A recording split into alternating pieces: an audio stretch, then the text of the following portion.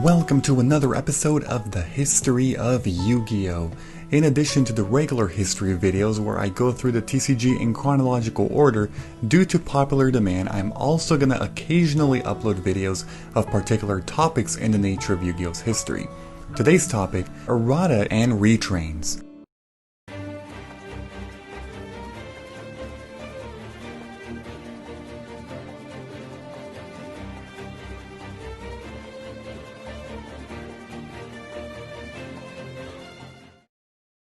So every Yu-Gi-Oh player knows that not every version of the same card has the exact same text in the exact same order. But why is this? Well, compared to other trading card games, Yu-Gi-Oh is definitely a very wordy card game, and so because of this, it's fair to say that usually the text written in 2002 may not age well into the year of 2020 or anywhere in between, of course. That's the general answer, but for starters, let's define what an errata is. An errata is changes to any part of the text of a card that occurs between reprints. So essentially, in Yu-Gi-Oh there are 5 main reasons why errata occur. The first is to include or exclude a card from an archetype, and usually happens in the TCG because the English translation is changed from the Japanese translation. So this type of errata is typically done in 2 different ways. By either changing the name of the card or by writing a line of text on the description stating this card is always treated as a fill-in-the-blank card. So let's take Cypher Soldier as an example. Its original release in the TCG had its name as Kinetic Soldier despite the card having Cypher in the OCG version. This wasn't really a problem, however, for many years, as there were no Cypher cards. However, when the Cypher archetype premiered, Konami changed the card name to Cypher Soldier to make it fit into its intended archetype. However, when a card is too iconic or very marketable, Konami instead chooses to not change the name of the card and instead insert the aforementioned statement. Summon Skull is a prime example of this because its OCG name includes Archfiend in the name of the card, and so it's not actually called Summon Skull in the OCG. But could you imagine changing the famous Summon Skull to a name that is not Summon Skull? Honestly, a lot of players would probably take issue to this, and for this, Konami chooses to preserve its historical and nostalgic effect on players. Moving on to the second reason, erratas happen in order to correct mistakes in the text. For example, the original printing of Yadokaru stated that when it's changed from defense position to attack position, you can activate its really amazing effect of getting rid of potentially all your cards back in the deck. Anyway, despite how shady this card is, it was still a mistake, and so its next printing corrected it to when it changes from attack position to defense position, you can activate the effect. On a similar note, Chainsaw Insect's original effect stated that if this card battles a monster, your opponent draws 1 card. Honestly, it wouldn't have been a completely terrible card at the time of its release if this was actually its real effect, because by this wording, you could just drop this onto the field and attack your opponent directly for 2400 attack, and your opponent couldn't draw a card because the text says it must specifically battle a monster. However, this was quickly corrected into if this card attacks or is attacked, meaning every time it battles, even if it attacks directly, your opponent would draw a card. The third reason is to update a card's flavor text. This type of errata usually has no impact on the game itself, but it's more so for Yu-Gi-Oh lore purposes.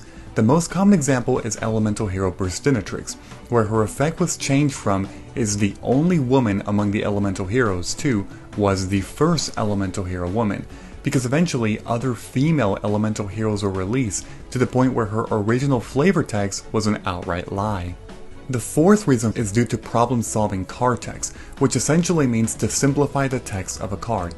However, this is such a massive step in Yu-Gi-Oh that I can't really go into details about it in this video, but instead it'll be a whole separate video in the future. Just know, it made significant changes to nearly every card that has an effect by simplifying its card text and remove unnecessary sentences, phrases, or words in order to make it a lot more clean. And the fifth and final reason is to make major mechanical changes to the effect of a card. This is almost always used as a way to make a card less powerful in order to remove it from the forbidden list so it can circulate better on products and for players. And this fifth reason is what the majority of the rest of this video will be, alongside comparing this tactic to retrains and what that is. I'll start by listing as many cards that I could find that received a nerf from an errata at one point or another in Yu-Gi-Oh's history. I'll compare their pre and post errata effects so we can analyze them one at a time. After I list them all, I'll give a general perspective of this concept and compare them to what a retrain is. So let's start with the first one, Rescue Cat. Its pre-errata version said, send this face-up card on your side of the field to the graveyard to special summon 2 level 3 or lower beast-type monsters from your deck to the field. The monsters special summoned in this way are destroyed during the end phase. The errata for this card essentially nerfed it in two ways. The first is that it gave it a hard once per turn clause, while the second also negated the effects of those special summon beast type monsters. To be honest, when this errata is compared to pretty much almost every other card on this list, it's actually one that still sees some play because the card isn't horrible, it still has potential for swarming and special summon spam to an extent of course, which makes it not horrible. The next one is Grand Soil the Elemental Lord. Its pre-errata version says cannot be normal summoned or set. Must be special summoned from your hand by having exactly 5 earth monsters in your graveyard and cannot be special summoned by other ways. When this card is special summoned, you can target one monster in either player's graveyard, special summon that target to your side of the field. If this card leaves the field, skip the battle phase of your next turn. Its post-errata version is essentially the same thing, except it says that you can only use this effect of Grand Soil the Elemental Lord once per turn. Obviously this was due to the huge amount of spamming, where you could essentially loop things infinitely if you actually had the right cards, which is why the errata came into place. The next one is Destiny Hero Disc Commander. Its pre-errata version says when this card is special summoned from the graveyard, draw 2 cards. Its post-errata version says cannot be special summoned from the graveyard the turn this card was sent to the graveyard. If this card is special summoned from the graveyard, you can draw 2 cards. You can only use this effect of Destiny Hero Disc Commander once per duel. So this card has 2 nerfs. The first one is that it actually has a once per duel clause on it as opposed to a once per turn. This essentially means that it makes absolutely no sense to run more than 1 copy of this card in your deck, even though the card is now unlimited since it's errata. The second effect that nerfed it further essentially prohibits it from being able to be special summoned the turn it's sent to the graveyard. The nerfs were quite hard on this one. Brain Control. The pre-errata version says pay 800 life points. Select one face-up monster on your opponent's side of the field, take control of the selected card until the end phase of the turn this card is activated. The only nerf to this card was the can be normal summon or set card, but that actually made the card significantly weaker than before.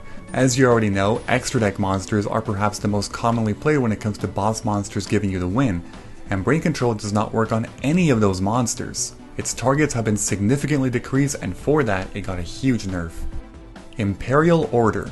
The pre-errata version says, as long as this card remains face-up on the field, negate the effects of all magic cards. Pay 700 life points during each of your standby phases. If you cannot, this card is destroyed. Now I didn't really mention this, but obviously I'm comparing their very first printing to their first errata printing. There are 2 nerfs to this card, one of which a lot of players actually overlook and don't even realize that it actually is a nerf. The one that everyone knows about is the fact that this card is no longer optional, which means you can't choose in your standby phase to pay 700 or not. You have to pay them. The other part that's a nerf is the payment of it. If you look at the effect of post errata, it says once per turn during the standby phase, meaning you have to pay 700 life points during your standby phase and your opponent's standby phase. The pre-errata version says during each of your standby phases. Even with these nerfs though, Imperial Order is actually a card that's still really good, and it's actually on the limited list now because it has so much use and versatility. The next one is a little bit of a different situation here. It's Mask of Restrict. Its pre-errata version says, no matter what the situation, neither player can offer any monster as a tribute.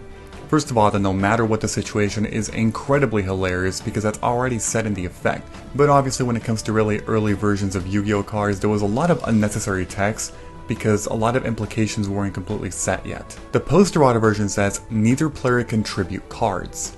This card actually didn't get a nerf, it actually got a buff. The reason why is because the post-errata version of it essentially means that neither player is able to tribute any cards at all. The pre-errata version says monsters specifically.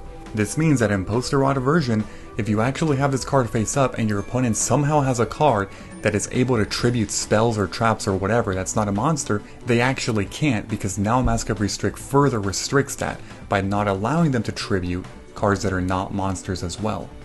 Catapult Turtle. The pre-errata version says, offer one monster on your side of the field as a tribute to inflict direct damage equal to half of the tribute monster's attack to your opponent's life points. Monsters used for tribute summon or that are offered as tributes to other cards' effects are excluded. This card is another good example of very early text. That last sentence is completely unnecessary when you look at it in the modern day. The post-errata version says, once per turn you can tribute one monster, inflict damage to your opponent equal to half the tributed monster's attack on the field.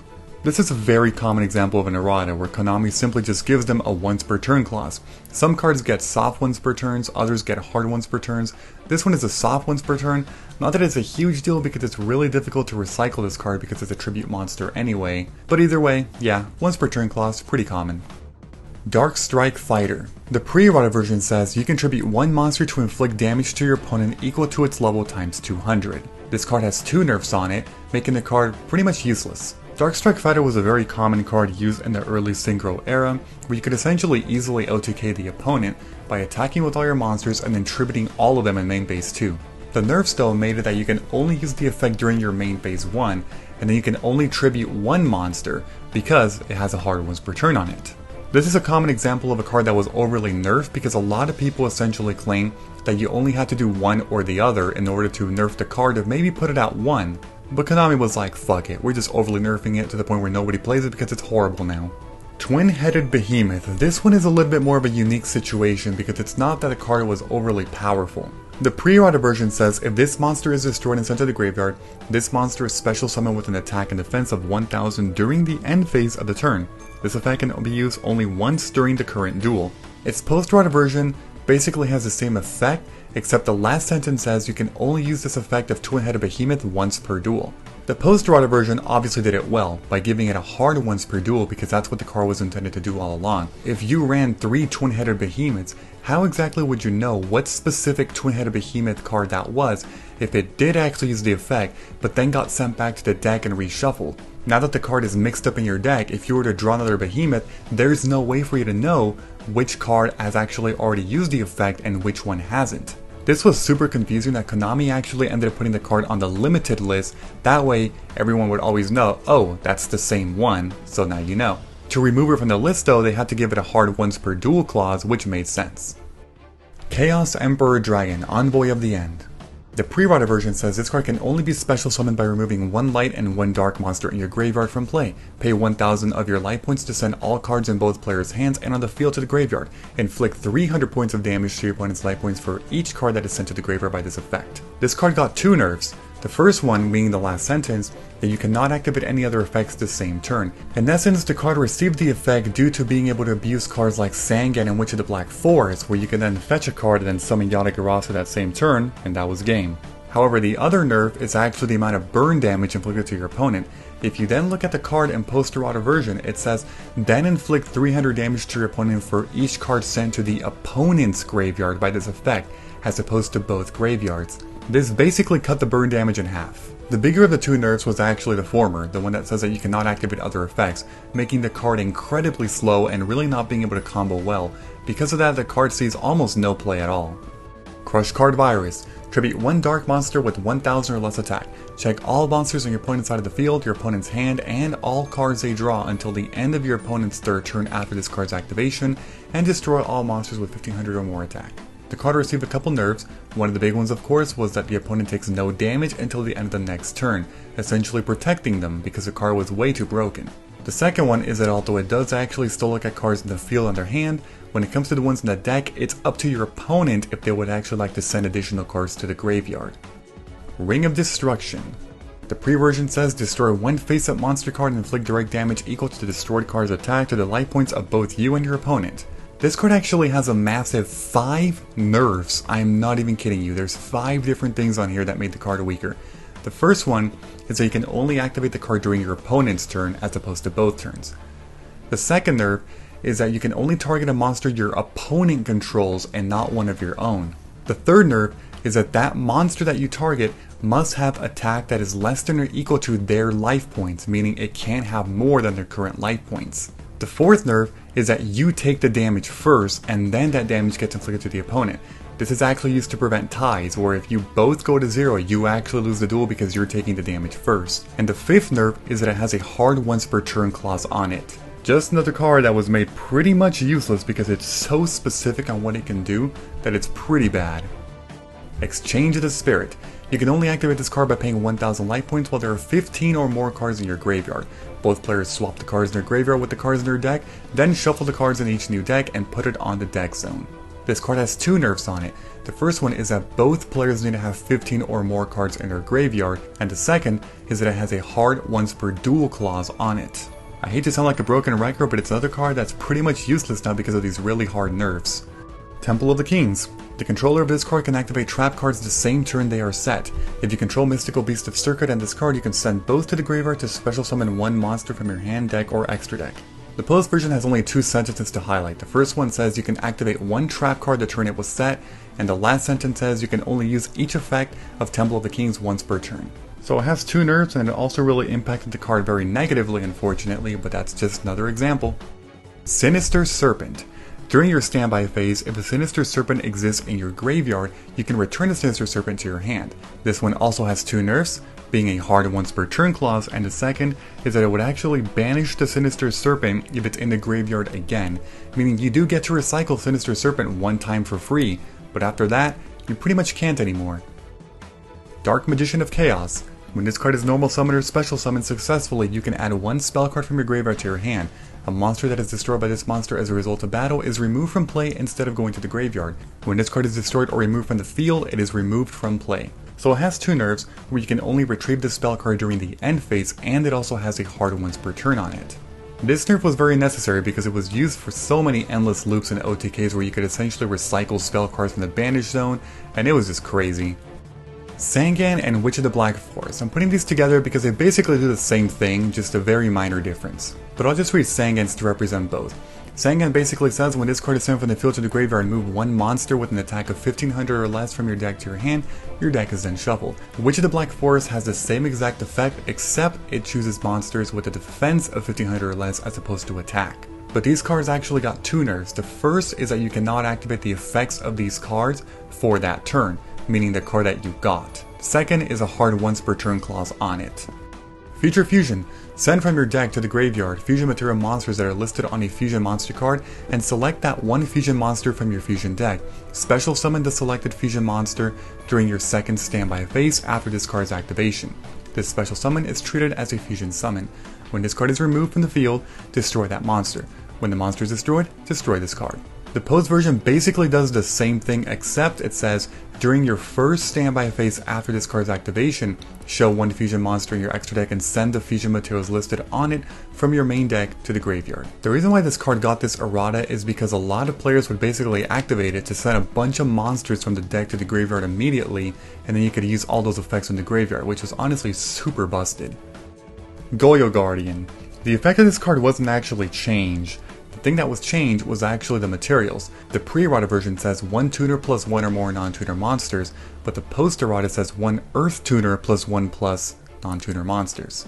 The card was essentially very powerful in the early Synchro days, and because it was generic, it was really easy to make it. So Konami decided to make it a little bit more specific by putting an earth tuner, and that actually did help this issue to the point where it did start seeing less and less play through years. Brionac, Dragon of the Ice Barrier.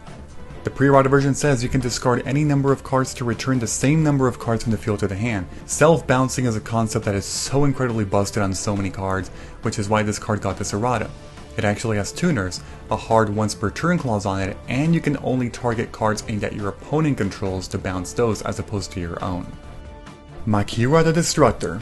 Pre-errata version says during the turn this card is sent to the graveyard, the owner of this card can activate trap cards from his or her hand. This is definitely one of the most broken cards in the history of Yu-Gi-Oh! Which is why everybody saw that this card would never come off the list unless it received an errata. And it did. The card got three nerfs. The first is that in order to activate the effect, it now has to be sent from a monster zone to the graveyard, not anywhere to the graveyard. The second nerf is that you can only activate one trap card from your hand this turn as opposed to however many you want. And the third nerf is of course the typical hard once per turn clause on it. A lot of people think that this card didn't really need 3 nerfs, it would have been fine with just 2 of these nerfs. For example, the whole monster zone to the graveyard thing might not have been necessary, as even if you send it from the deck to the graveyard, let's say, you can activate one, but it's a hard once per turn, so you get your one trap card from the hand. That's not very overly busted compared to what the card could do beforehand. Red Eyes Darkness Metal Dragon. The pre-version says you can remove from play one dragon-type monster you control to special summon this card. Once per turn you can special summon one dragon-type monster except Red Eyes Darkness Metal Dragon from your hand or graveyard. The post version does the same exact thing except it has two hard once per turn clauses on it. The pre-version didn't have any type of once per turn clause for its special summoning effect. Now it does have a hard once per turn saying you can only special summon this card once per turn this way. The second nerf is that it actually changed the soft once per turn clause on special summoning a dragon monster from the hand or graveyard to a hard once per turn clause on it, thus nerfing it even more. It's been one of the more recent erratas alongside of Makira, so this one's a little bit difficult to tell how much of an impact it's going to have. Treeborn Frog. The pre-version says if this card is in your graveyard during your standby phase and there are no spell or trap cards on your side of the field, you can special summon this card to your side of the field. This effect cannot be activated if there is a face-up Treeborn Frog on your side of the field. The post version basically does the same thing except it has a once per turn on it. The card was very busted for a lot of different things that could actually happen during the standby phase, but it's been fixed since. There is also one more card called Necro Valley, but I'm not going to go over this card in this video because it has received at least 6 to 7 effect changes over time, and honestly it's not the right time for this. So for errata cards with this specific criteria, that's all about I could find. So cards that receive an errata have typically been controversial from the Yu-Gi-Oh community. Simply put, some love it, some hate it, some are in between. So why is this, you may ask? Well, the overall reason is mainly due to the inconsistency on how Konami handles these cards in situations. Let me explain. If we go back to all these errata cards that I just mentioned, pretty much all of them were on the ban list in some way, shape, or form, but their errata has always loosened their restrictions on said ban list. And so this leads me to my next point on how if you look at today's ban list, you'll still see plenty of cards on that list from such a long time ago that simply haven't come off the ban list. And why is this? Well, in many cases, Konami instead chooses to release a retrain version while also keeping the broken version on the ban list. A retrain is basically a card that has been reprinted with a new effect, name, and artwork, but that artwork is thematically similar to its old version, while usually having the same stats, level, and sometimes even type and attribute. In many cases, retrains are usually buffed up versions of previously old cards, and sometimes a card can have numerous retrains if it's popular enough. However, every once in a while, a weaker retrain is released as an alternative to a currently forbidden card. So let me give you an example of a situation where a retrain was a solution as opposed to an errata. So everyone knows that Substitute is a completely busted card and should rightfully stay forbidden since its placement on the ban list since almost a decade ago. Simply put, its effect reads you contribute one monster to special summon one frog monster from your deck, except Frog the Jam. Frog monsters except Frog the Jam cannot be destroyed by battle. Now it's not rocket science at all to see how you can easily nerf this card to the point where you can remove it from being forbidden. Simply give it a hard once per turn clause of course, and that's it. But the big question that many Yu-Gi-Oh fans ask is why did Konami errata and nerf so many cards that I just mentioned with a hard once per turn clause, but not a card like Substitute? Well, if you don't know, part of the reason is because there's actually a card by the name of Trade Toad that has the same attribute, level, type, and stats, and obviously looks very similar to Substitute. The card, however, has a significantly nerfed effect compared to Substitute, being that it only allows you to tribute an Aqua monster, and it special summons the Frog monster from the graveyard instead, and even more importantly, this effect has a soft once per turn clause on it. Oh, and it also lacks the battle protection effect that Substitute has, but this effect is obviously much less important. But regardless, the point here is Konami's way of handling this situation. Since Substitute is banned, if you want to play a nerfed version of it, just play Trade Toad instead, right? Sounds like a nice solution, of course. Well, not really, because the point still stands on why exactly only certain cards get a retrain but not others. It honestly seems quite random with no set criteria on what makes a certain card go to the errata route or the retrain route. So what's the debate on this topic? Well, the simplest way to say it is that there are pro-errata people and there are also pro-retrain people. Pro-errata individuals basically claim that cards receiving an errata is good for the game of Yu-Gi-Oh! Because it makes the ban list much smaller, and is able to return old broken cards back into reprints and circulation, while also giving them a chance to see play again. One good example of this is Imperial Order. Despite the errata that nerfed it, it still sees a lot of play and is currently limited. The card would have more than likely never been reprinted nor see play again if it stayed unerrated. and so the errata achieved what it was intended to do in this case. Pro Retrain individuals, on the other hand, claim that if Konami wants to nerf a broken card, they should just release a weaker Retrain version while keeping the original printed card on the ban list in order to preserve its nostalgic and impactful historic effect. Perhaps the most notable example for this is Chaos Emperor Dragon Envoy of the End. The post-errata version of this card is nearly useless. It's currently unlimited and sees basically no play at all. However, by Konami doing this, it is also easy to see that for returning players who've been away for years can look at the ban list and see that this card is no longer on the list. This would cause players to think that Chaos Emperor Dragon is no longer a good card in 2020, but we know realistically that's not the case at all, because if it was still the original version, it would definitely still be forbidden to this day. On top of that, by Konami doing this, they're eliminating the historical effect and impact that the card had on the meta and how revolutionary it indeed was. New players that have joined Yu-Gi-Oh! Since its errata in 2014 would have absolutely no idea about what legacy this card left behind, and in a way, it's almost a disgrace and huge disrespect to Chaos Emperor Dragon. It's kind of like the Yu-Gi-Oh! Equivalent on how sometimes you hear that a government wants to build some kind of modern building or center right on top of a historically native land, and this gets many people riled up because those people are disrespecting the history of a population that's significant to the founding and creation of a nation. So think of it like that, but in Yu-Gi-Oh! Terms. So where do I stand? I personally sided with the Pro Retrain side, and it's for a very specific reason. On top of the points that I already made, the main reason why I have a problem with most erratas is because Konami tends to make the card literally worthless through an errata to the point where it's literally unplayable. Seriously, from the entire list I showed in this video, there are very few cards that are still quote good despite the nerf. As I mentioned previously, Imperial Order is one example, while Red Eye's Darkness Dragon's errata is still too soon to make a complete argument for in the TCG. But everything else though is pretty much trash now from this list and sees almost no play.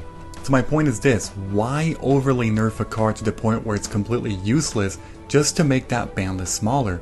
If all, or at least most erratas followed a similar pathway that Imperial Order took, I wouldn't be completely against them, because I can see that Konami is trying to nerf the card a little to get it removed from the forbidden list, but a lot of the time it just seems that the overly nerfed steps is out of fear of the card's historical power. That's when it just doesn't make any sense to me. Just make a shittier Retrain Joe card version if you want to make a garbage card while not damaging the authenticity of the good cards. If you would also like to express your opinion on this, I encourage you to leave a comment about your stance on this. I'm always up for looking at different perspectives when it comes to controversial topics like this, so I just want to throw that out there. On another note, it's notable that there are also cards that have similar effects, but only one gets an errata and the other doesn't. For example, Brain Control is errated, but Change of Heart is not, and it's very easy to errata Change of Heart similarly to Brain Control to the point where it can come off the ban list. Similarly, Treeborn Frog and Samsara Lotus both have revival effects that could be abused, but only Treeborn Frog received a once per turn errata while Samsara Lotus did not. Catapult Turtle received a once per turn errata, but Mass Striper did not. This has always been rather odd to me because if the goal is to make the ban list even smaller, the solution is incredibly simple. Likewise, there are also plenty of other cards in the forbidden list where giving them a simple hard once per turn errata is a simple solution. Aside from Substitute that I mentioned earlier, cards like Mind Master, Firewall Dragon, Grinder Golem, and Fishborg Blaster would all benefit from a hard once per turn errata in order to come off the forbidden list. Considering Konami has already done this to plenty of other cards, it makes a lot of sense. And that's about it for this topic.